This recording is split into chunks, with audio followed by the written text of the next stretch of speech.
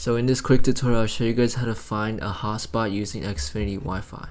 If you have Xfinity Wi-Fi, you should get free hotspot no matter where you are. So if you ever get lost, you can use free hotspot. But before I get started, make sure you subscribe and like and watch this video to the end, as I will show you exactly how to do it. So first thing you want to do is just go to xfinity.com/learn. Then scroll all the way down till you see find a hotspot. Once you're here, you can see a map of the earth. And basically the blue marks on the screen means that there's a hotspot nearby. So wherever you are, you can just find it from using the zip code. You can use the zip code to find where nearby hotspots are. So if this video helped you, make sure you subscribe and like.